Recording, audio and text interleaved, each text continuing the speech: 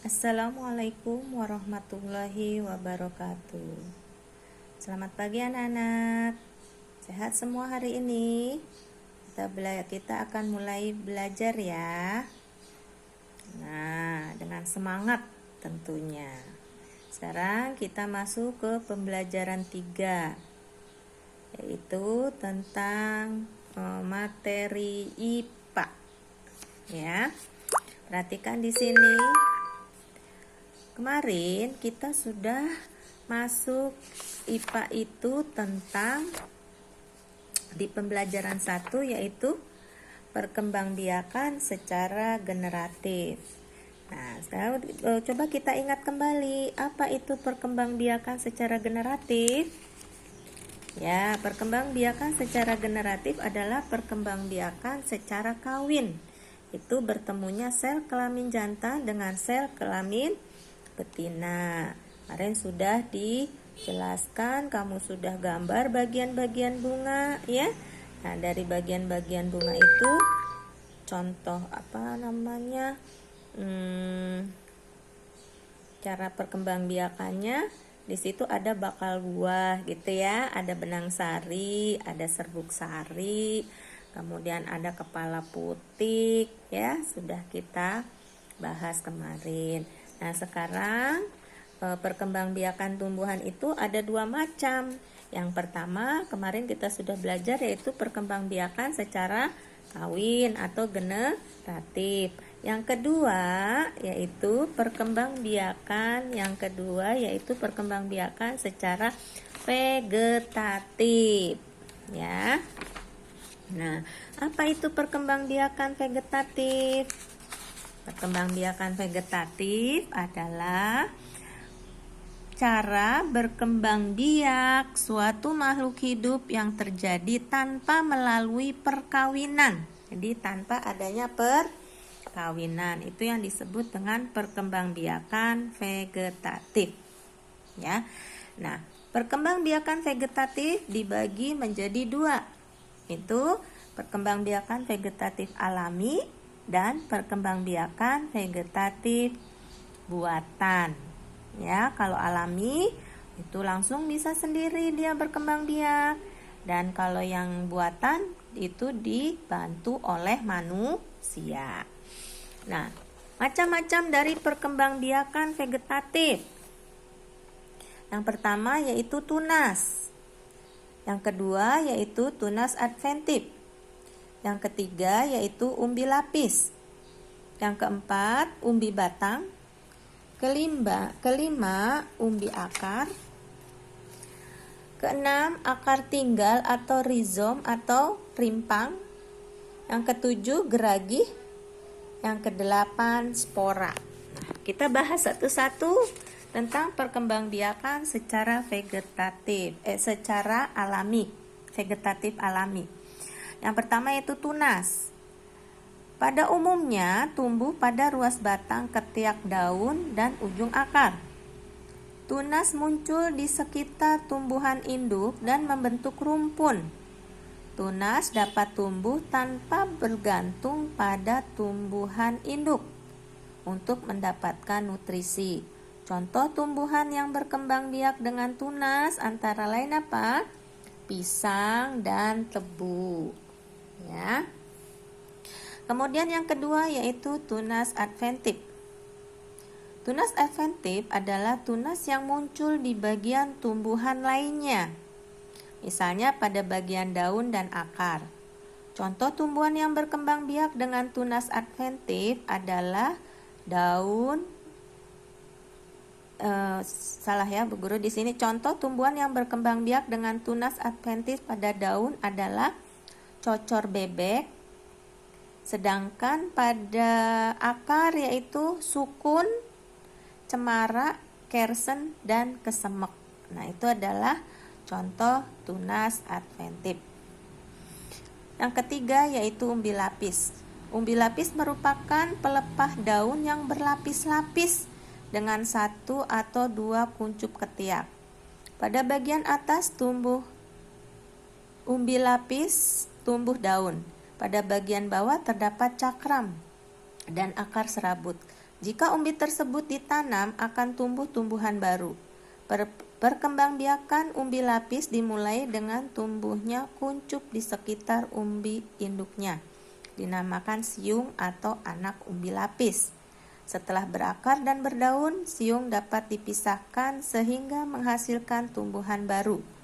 Contoh tanaman yang berkembang biak dengan umbi lapis adalah bawang merah, bawang putih, kemudian bawang bombay, bunga bakung, dan bunga tulip.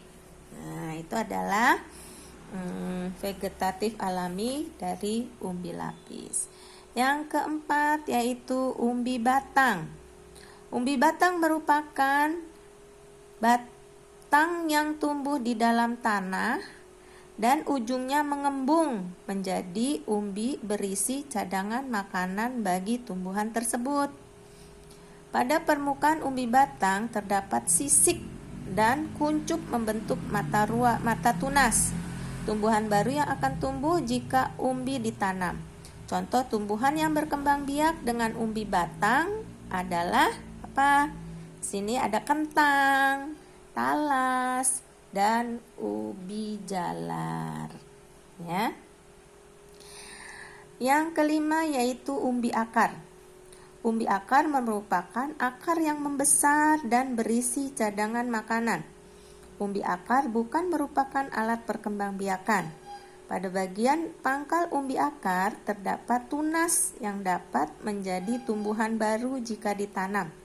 Contoh tumbuhan yang berkembang biak dengan umbi akar yaitu wortel, bunga dahlia, bangkoang. Tahu bangkoang ya? Bangkoang.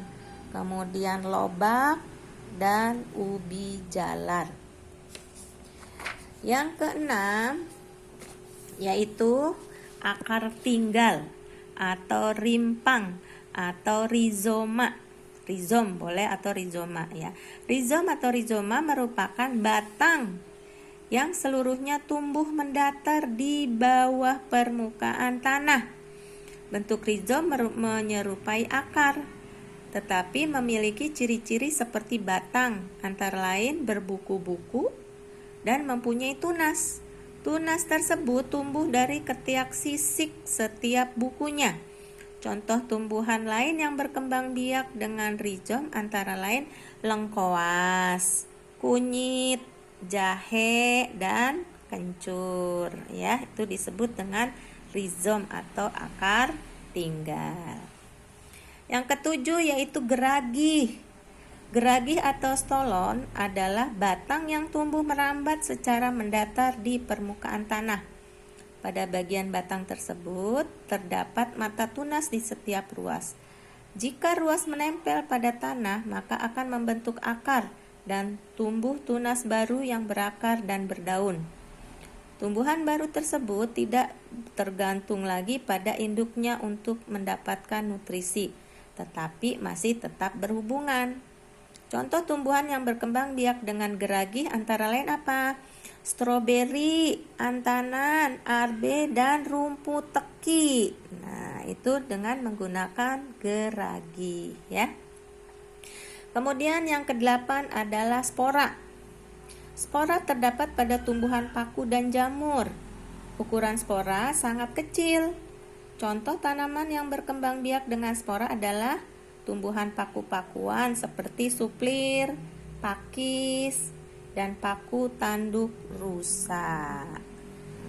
Itu adalah jenis-jenis perkembangbiakan vegetatif secara alami.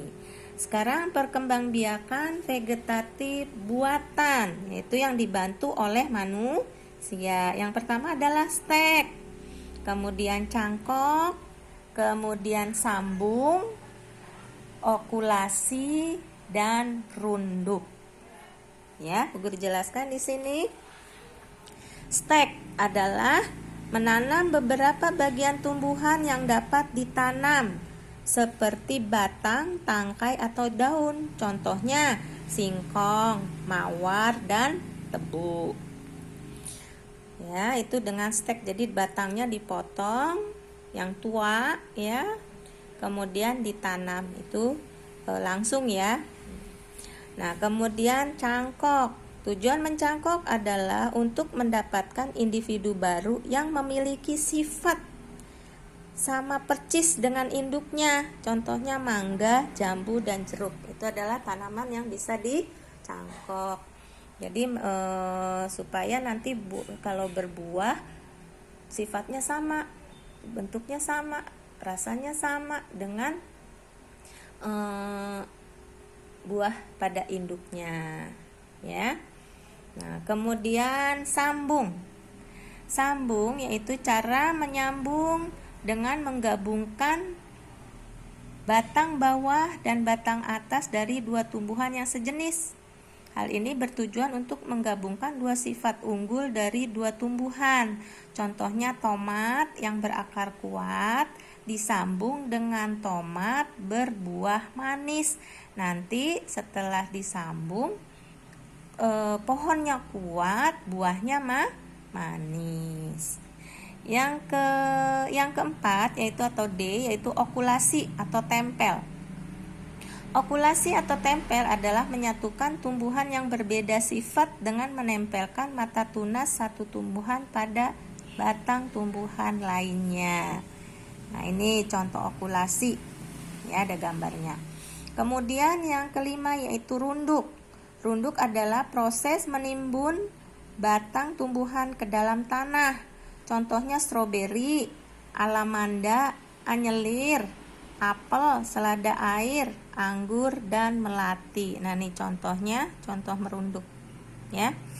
Nah, itu adalah jenis perkembangbiakan secara vegetatif buatan, ya. Jadi ada dua macam perkembangbiakan vegetatif secara alami dan secara buatan. Demikianlah penjelasan dari Bu Guru. Nanti tugas dikerjakan dengan benar.